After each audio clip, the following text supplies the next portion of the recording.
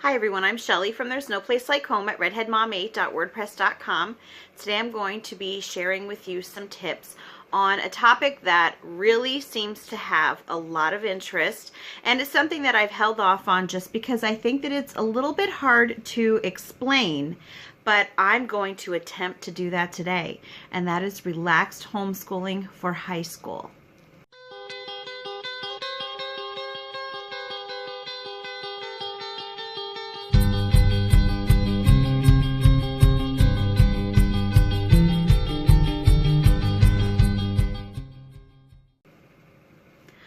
Well, I'm going to tell you that this is actually my second stab at this. Last night I recorded a video that was almost 25 minutes long on giving you tips on how to do relaxed homeschooling for high schoolers.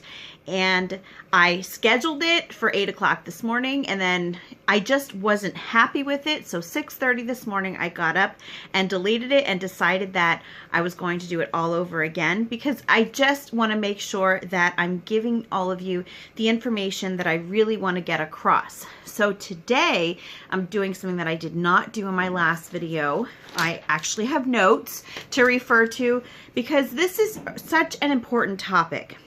Because when people think of homeschooling high school, very often they think of one of two things. They either think of just sending their teenagers to school for high school because they just don't think that they could handle homeschooling that age adequately, especially if there is a child who has their sights set on college. And the other thing that people think of when it comes to homeschooling high school, if they aren't going to send their kids to school, is they often imagine that it's going to be stacks and stacks of textbooks and workbooks and hours of schoolwork every single day, even if they're coming from a relaxed homeschooling atmosphere. Because, thinking about those last 4 years that you have to educate your kids can really be intimidating. But I really do want to encourage you today that you can do relaxed homeschooling with high school, and it is effective and very often more effective than those typical ways that we think of with all of the textbooks lined up and all of the worksheets and all of that schoolish type learning. So I'm just going to share with you today some ideas for using relaxed homeschooling with your high schoolers. Now the first several, I have a lot of ideas. I'm going to try to keep it short so that you're not sitting here for 45 minutes watching this. But the first several ideas that I have are actually ideas that you can use with kids throughout all of the ages and grade levels of homeschooling. For some reason, we don't seem to equate a lot of these things with being conducive to learning for teenagers, but that is just not the case. You can use a lot of the same techniques. You just have to tweak them to make them a little bit harder for kids. It's as simple as that. For older kids, I should say. It's really just as simple as that. So the first thing is unit studies. Yes, you can use unit studies with your high schoolers. Unit studies are not just for little kids. They're not just for elementary age kids. You can use a unit study with any age group. But again, it really comes down to just making sure that you are giving activities that are going to challenge your high schooler. And of course, the topics are going to be a little bit more advanced than your typical unit study that you may think of. But unit studies are, yes, they are something that you can use in high school. And keep in mind that unit studies are cross-curricular. So these take away that notion that we very often have, especially for high school, that you have to separate all of the subjects, you have to separate all of the learning. Unit studies cover all of the subject areas in these lessons, and it makes for a more cohesive learning, and it is often something that your high schooler is going to remember better because everything is tied together and everything has a common theme.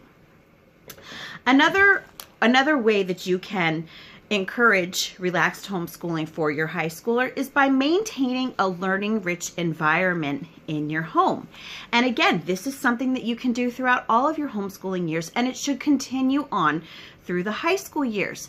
Now, the things that you have around the house to hold your kids' interests might change as they get older, but just because they outgrow using, say, the Crayola paints or the Play-Doh doesn't mean that you shouldn't try to stock your house up with activities and hands-on things that are going to spark your older kids' interests. Because very often your older kids too, they like to have things to do, you know, other than just typical schoolwork, sitting at a table. And having things like that around your house not only encourages them to learn in other ways, but it also will encourage them to not maybe want to spend so much time in front of the TV or on their phone, depending on what your rules are about that. And so, yeah, this is something that you definitely should continue doing all throughout your homeschool year. Your years is just strewing interesting things around your house. And you know, another thing that really helps with relaxed homeschooling high school is reading, and more reading. And yes, this can mean read alouds with your high schoolers. Last year, I read Johnny Tremain aloud to my son who just graduated last year, so it was his senior year, and I also read to my daughter who was 15 at the time. We read Johnny Tremain together, and it was such a fun time for us to be together. It was a bonding experience, and I had never read Johnny Tremain before, so it really, for me, brought that time period to life in a way that I had never seen it before, because I only ever learned that time period through textbook learning. And so in order for me to also learn about that time right along with my older kids, you know, it really was something that we enjoyed doing together. And then we also watched the movie Johnny Tremain together as well. So reading, and more reading. Yes, you start out early with your kids, and as long as your teenagers will sit with you, continue reading, because yes, there's such a bond, and when they see that you're excited about learning something new too, they're definitely going to pay more attention. Now, something else that a lot of people don't think about when it comes to homeschooling, especially high school age kids, but assigning age-appropriate chores. Yes, chores are a part of their homeschool experience. Maintaining a household is something that they are going to have to learn to do anyway, especially now in these high school years, because very often we tend to focus a lot on the academics in these last 4 years, but what we're not thinking about is that this is their transitional period from childhood into adulthood. So yes, of course, this is the time that you want to show them things, how to fix things up around the house, how to maintain things, maybe how to work on the car.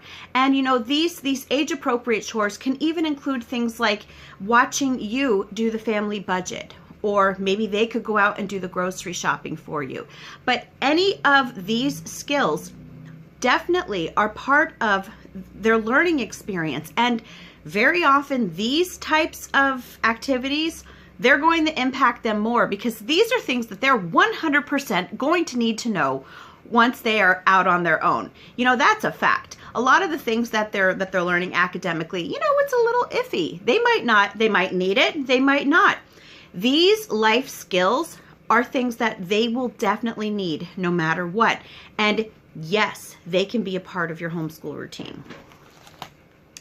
So another thing that you can do with your high school age kids is visual media, whether that's videos, documentaries. There are some movies that are educational and are worth watching depending on what topics they're learning about. But again, this gets you away from this whole idea that everything has to be done in a textbook and answering chapter review questions and doing quizzes and multiple choice and essay questions. And a lot of kids will actually understand things better if they're seeing it with their own eyes, because we all know as homeschooling parents that there are different types of learning styles, and a lot of kids will do so much better by watching things on the big screen. So yes, take advantage of it. Does it mean that you want them to be watching stuff all day long, every day, and that's all that they would do, I would probably say not, because you want them to have a variety of learning experiences. But this isn't something that you should write off as not being as worthy as a book, because yeah, this is as worthy as a book. If they are learning, it doesn't matter what medium it is coming from. Another idea is help your teen to take full advantage of the library. There are so many things besides books for your high schooler to do at the library. Very often they will have after-school activities that your kids can take, or your teens can take part in. I know that at our library, there are anime clubs, there are manga clubs, there are art clubs, there are book discussion clubs for teens, there are photography classes and computer classes, and you name it. There's even book publishing classes. You name it, my library has likely at some point had a class for it. So just open that door up for your teenager, and this is another way that they can learn things possibly that you yourself might not know how to do. For example, I'm a terrible gardener, but our library held a gardening class. So that perfect opportunity for my kids who want to learn about gardening to actually learn about it from someone who knows what they're talking about. Because although I'm a firm believer that as homeschooling parents, yes, we are our child's first teacher and we are often our child's best teacher. But we've got to be honest with ourselves. We don't know everything, and if you can introduce your child to someone who is going to be able to teach them something that you would never be able to, by all means do it. And the best thing about the library is that these events are usually free. And you know, if you're a frugal homeschooling mom like I am, that is a plus. So another idea for relaxed homeschooling for your high schooler is field trips. Lots of field trips. And this doesn't have to just be expensive trips. It doesn't have to be things that cost a lot. Field trips can be something like going to the creek, going for nature walks, going for a hike. Even sometimes I know that there's a bakery up the street from us that I am actually going to look into to see if they would allow our kids to go in and see them, how they make the donuts, how they make the rolls, how they make the bread. And this is another idea. Very often, these places don't charge money. They enjoy having kids come in so that they can show them what they do. So field trips, oh, also, before I forget, we also took my kids to the water treatment plant too. So the kids were able to see where all of the water comes from that comes into the house. So you don't have to have a ton of money to have field trips in your homeschool. And again, this is one of those things where, do you have to have a field trip every single week? No. If you like that, sure, why not?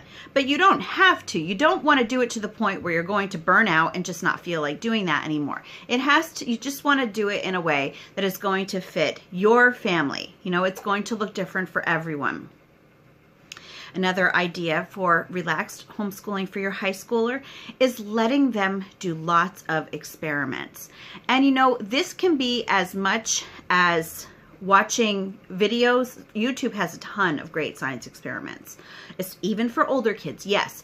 But what I really enjoy the best about experimenting is when they see these experiments that are happening on these videos and then they try them on their own, very often they are inspired to start discovering other things on their own.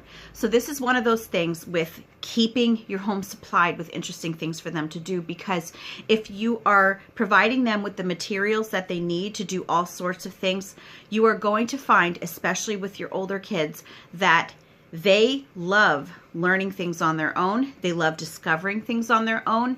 And I've found that while science experiments from videos they're a lot of fun, when your kids are doing an experiment that they thought up on their own, something that they don't know that someone else has already done it, you know, I think that it just opens up a whole new avenue for them when they are the ones who are coming up with the idea for what they are going to do. So experimenting, you know, let your teenager do lots of experiments around the house. Thomas Edison's mother, now, I don't know if this is true because you can't believe everything that you read, but what I have read about Thomas Edison is that his mother gave him the basement as like a science lab, and she just filled it up with all sorts of of materials and liquids for him to work with when he was a child. And this is one of the things that encouraged him to take the path that he did take. And so this is just an idea that, yes, you know, it's kind of like that movie, Field of Dreams, if you build it, he will come. Well, I think that if you stock your shelves, they will do it. Was that corny? Yes, but I'm corny. So anyway, and of course, you know that at some point, if you've been here before, I should add, you know that at some point I was going to mention notebooking. So yes, of course, notebooking is a huge asset in any homeschool, especially a homeschooler, or a homeschool for high schoolers, because it is a way for them to really, especially if they're doing those experiments, or especially if they really have a lot of deep interests that they like to find out about, this is something that they can call their own. And when they are doing these notebooks, they are very often using all different sorts of writing. They are creating something that actually matters to them. It's not something that they're going to write because someone told them to, and then they're going to hand it in, get graded, and then it's never going to matter again. If you make your teenager's notebook something that matters, something that is affected by the things that they are actually wanting to know about, you know, like for example, making a field guide, like if your kids are really into, just say, motorcycles. This is just coming off the top of my head. Having them do a notebook about all different sorts of motorcycles, the history of motorcycles, the different styles of motorcycles, and they could come up with their very own field guide on this. And this isn't something that they're doing for a grade. This is something for them to do because they want to learn more about it, and they want a place to keep those records. You know, think of if you saw the Indiana Jones movies, like Indiana Jones and the Last Crusade. His father kept that notebook about the Holy Grail, where he drew all the maps and, you know, wrote everything down that he needed to know in order to find the Holy Grail in this book. Or even Leonardo da Vinci. Leonardo da Vinci wasn't just an artist. He was also a great scientist, and he also was another one who kept a notebook. And do you think Leonardo da Vinci was keeping that notebook because someone told him to? Absolutely not. He was keeping that notebook because in his scientific way of thinking, this was how he was taking his notes. And look where it got him. And also project-based learning is another fantastic thing for your teenager to do with relaxed homeschooling. Project-based learning is basically where they decide that they're going to do like a bigger project. Very often the project, well, I should say, yeah, all the time, project-based learning is gonna be something hands-on. Okay, maybe I shouldn't say all the time. Maybe if they were doing like a really detailed research paper on something. But for the most part, project-based learning is something where they're doing hands-on. So say, for example, if your daughter has decided that she is going to build an intricate dollhouse, and she's going to model it in the Victorian style. And so then she's going to want to build Victorian furniture for this dollhouse, and then maybe have dolls and make clothing, Victorian style clothing to go with this dollhouse. And again, these are all just ideas that I'm happening to think of, but this is something that you could suggest to your homeschool teenager, because the really big thing that we need to remember with this age group is that, yes, they are getting older, and since they are transitioning into adulthood, they are learning how to adult at this point. You really want to start giving them more options, more say in what they're doing. Because if you think about it, the things that they're doing in school might have an impact on what they decide they want to do when they get older. But very often, those things that are coming from outside of school, from outside of their structured learning, those are the things that are going to inspire them for what they would like to do once they graduate. Those interests that they develop on their own, simply because it's something that caught their eye and they wanted to keep learning more about it. So yeah, all of these ideas that I just gave you are something that they can use these ideas to support any interest that they might have. And these ideas that I gave you can really just be like a list that they can keep to add variety to their day. Now, rest assured that at the end of this video, I am going to give you like a sample idea of what a relaxed homeschool high school day might look like. So just don't worry about that. You're probably thinking, oh my gosh, you're giving me so much information right now. I will give you a sample day at the end of the video. But I just want to say right now, in case I forget at the end, the sample day that I provide for you at the end is something that is just a sample. I cannot point that out enough, because every homeschooling family is different, and that's just one way that a homeschooled high schooler's day might look like if they are using the relaxed learning method. But anyway, now all of these ideas that I just gave you right now are ideas that you can use all throughout the school years, like even from like kindergarten on up. The ideas that I just gave you, yes, they are things that you can use throughout. And again, you just have them have the skills that they will be doing advance as the child gets older. So again, we're not bound to those textbooks. There are so many ways to cover the required subjects that your high schooler needs. All the things that I just mentioned, they can cover history with that. They can cover biology, chemistry, electives. Sorry, I'm just like, I didn't write everything down, so some of this stuff is coming right out of my head.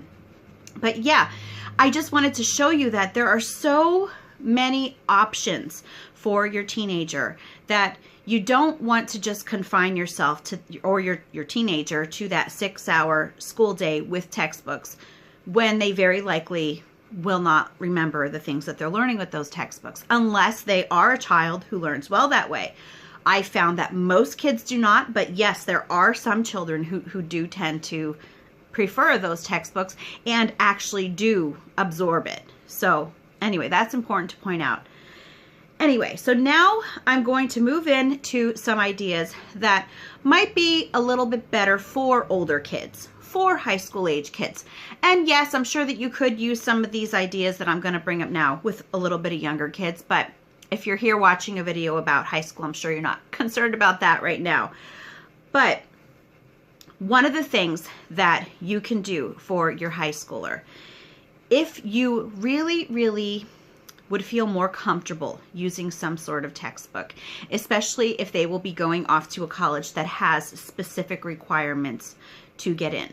Now, you know, for example, a community college, very often they just have to take a placement test, so it's much easier, and they don't often have like very specific requirements about that sort of thing, but some colleges do. And so you might want to have that foundation of having a textbook, just because you know that while textbooks might not be the most interesting things, they are very comprehensive in that they cover a lot of different areas, and textbooks are what they will be using in college. So, you know, at some point your high schooler is going to have to get used to doing something textbook wise, even if they're not following it completely like it is. And so that is one idea, is just to use that textbook table of contents as a guide so that you don't miss any important concepts. So say, for example, if your high schooler needs to have a credit in biology, and if you are not comfortable with just doing kind of like a living book, out in the field work kind of approach for biology, if it is something where you would feel better knowing that you covered the things that would be covered in a textbook, you don't have to just pull out that textbook and throw all the fun stuff out the window. You can use that table of contents to support the learning that your teenager is going to need without having to have them read through the textbook and do the chapter review questions and then do the essay questions and everything that comes along with the textbooks. That table of contents is plenty for you if you are motivated to do this. Now this is, I'm going to say, this is a lot of work on the part of the parent or sometimes on the student, depending on, if they are motivated enough to do this on their own. But if you use that table of contents, you can actually use the little subtopics that are listed and everything as ideas for you to go to the library, get books out on all of those subtopics, because those library books are going to be more interesting than that textbook. I guarantee it. So you get library books out that cover those subtopics. And that way, if your child has an interest and they want to spend a little bit more time on one of those subtopics in the textbook than the textbook actually covers, they can do that by just going to get some additional materials. And this could be, again, through books from the library. It could be through documentaries. YouTube videos are fantastic. Sometimes you have to preview them, because I was surprised once by a crash course for history. So I just want to point that out. Some of them you might have to preview, but don't feel like you have to only use that textbook and that you're kind of stuck with it. I will link in the description box specifically to how to use that table of contents. I did do a video on that, and I also wrote a blog post on that. So I will link both of them. That way you can pick which one you would rather do, watch the video or read about it. But yeah, I gave very specific ideas on how to use a textbook table of contents so that you are sure that you cover all of those areas, but you don't want to bore your teenager to death. So now, I already brought this up with the textbook table of contents, but I'll say it again. Living books are fantastic for teenagers to learn things. My 17-year-old daughter knows more about World War II than I ever did, and that is because of living books. Now, this includes biographies, autobiographies, and trade books. Now, trade books are nonfiction books. So all of these types of books are how she learned about World War II. I learned about World War II by reading probably a chapter in a textbook, maybe not even a full chapter. It might have just been a few sections in my textbook. So I honestly don't really even remember what I learned about World War II. But she read, I'm going to see if I can remember some of them. Of course, she read The Diary of Anne Frank. She read The Book Thief, Number the Stars, The Boy in the Striped Pajamas, and then she did watch that movie. And again, this is something that, depending on how much your teenager can handle, or depending on the sorts of things that you let your teenagers watch, this might be something that you want to kind of watch over them as they're doing this. But living books are so much more interesting than textbooks. So whether they are using living books to read about things that they have an interest in, like my daughter specifically chose World War II, or if you are using living books instead of a textbook, they are guaranteed to hold your teenager's attention more. I can't even think of an instance where they would not be more interesting. Anyway, so another idea that we don't often think about anymore is mentorships and job shadowing. As I said before, this is a time when your teenager they're learning how to be an adult. And what better way than by mentorships? Finding a trusted adult who has skills that you yourself may not have to show your teenager the ropes of how to do certain things, especially if they are things that your teenager is interested in. For example, I have an uncle who used to have a stained glass store, and he has offered to show some of my older kids how to do stained glass artwork, or even job shadowing. If you would have maybe a small business around you, a family-owned business who would be willing to let your teenager kind of just learn the ropes there, maybe even as an internship, paid or unpaid. You know, these are all opportunities that you can look for your teenager, or that they themselves can look for. And if they wouldn't be interested in something like a mentorship or job shadowing, what about just a job, a part-time job? You know, my daughter, who's 19, she had a part-time job her senior year, and she learned more from that than she learned from any of the schoolwork that she did, because this was real life scenarios, interacting with people, having to make decisions on the fly that actually matter, not just answering a question, that says, what would you do if, and then you have to write down the answer. No, these are actual decisions that had to be made that had an impact on other people out there in the real world. So yes, having a job is a huge way for your teenager to just learn the ropes of life. Another way is to let them explore. This is one of those things where my son, my 18-year-old son, most of his biology credit was done by exploring the creek, exploring the wildlife there. That was how he learned best. And again, this is one of those things where your kids are going to learn so much when they are out and about, they're relaxing, they're taking things in. And, very often homeschoolers are, brought with the accusation, your kids don't know anything about the real world because they're not in school. No, this is one of those instances. Your kids are out in the real world. They have all that time to be out in the real world. Let them take advantage of it. So now we're getting to the part where I can give you just a sample homeschool day, a sample relaxed homeschool day for your high schooler. And so what I'm going to do is break it into two sections, structured learning and unstructured learning. So there's structured learning time. Again, this is hypothetical. I'm just giving you ideas. But their structured learning time could be maybe anywhere from 2 to 4 hours a day of structured learning time. And how often do people think of homeschooling high school has to be like 6 hours of schoolwork a day? Here I have it down to about 2 to 4 hours a day.